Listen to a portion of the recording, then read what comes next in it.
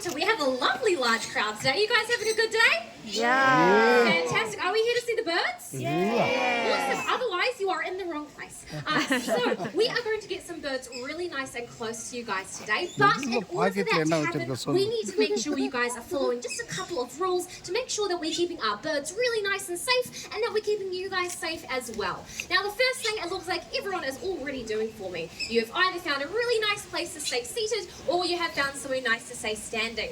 Now, that is because we're going to be flying the birds between you all today. So what I need from you guys is to be my forest. Can you be my forest? Yeah. Awesome, that is the answer I'm looking for. That means that you stay rooted. Please do not stand up and go walking around. You may end up with a face full of feathers, and that is no fun for everyone. As you can see, we've cleared the aisles along here and along the back as well. That is fantastic. We'll be going across that back, so do just please make sure that there is a nice clear line along that back row so we can get the birds nice and close to you guys as well. And I do understand that when the birds are nice and close to you, it is very tempting to reach out and touch. But please don't, they will bite. And that's not even the birds, that's the zookeepers. So keep your hands to yourselves, guys, and we are going to have a wonderful time today. Now we're going to be taking you on a bit of a journey across the world, and we'll be starting off quite close to home, just across the ditch over in Australia. And we'll be starting off with our lovely friend Serenity and the lovely Wally.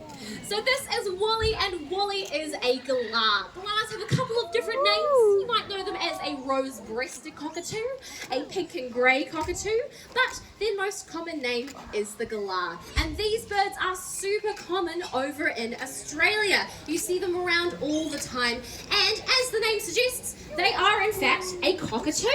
You might not think of cockatoo immediately. Often when we think about cockatoos, we think about sulphur cresteds, the lovely big white ones with the yellow crests on their head. But as you can see, Wally also has a little a little pink crest there. Good job, Wall. He has a little pink crest, and what cockatoos use that little crest of feathers on the top of their head to do is to communicate with each other and tell each other how they are feeling. So they might pop that crest up if they are feeling excited, if they see something or someone that they like, if they're in a really good mood. But they might pop that crest up if they are a little bit cross, if they are unhappy or upset. Wally here does not like bugs. So sometimes when he sees a bug get a little bit too close in his aviary, he'll pop his crest up to let us know that there is something a little bit scary in the area. And the last thing that Wally might pop that crest up to do is if he has seen a really pretty lady and he's trying to make himself look as big and handsome as possible to entice her to lay some eggs for him. Now, if you have seen these galahs over in Australia, you may have seen them in a rather odd place. You see, galahs are very often spotted in flocks of hundreds on the ground, which is a really weird place for a bird to be, especially in Australia, where there are lots of really dangerous things that are down on the ground. Snakes and spiders and all sorts of things that might be quite deadly. But the ground is where Wally finds his most favourite food.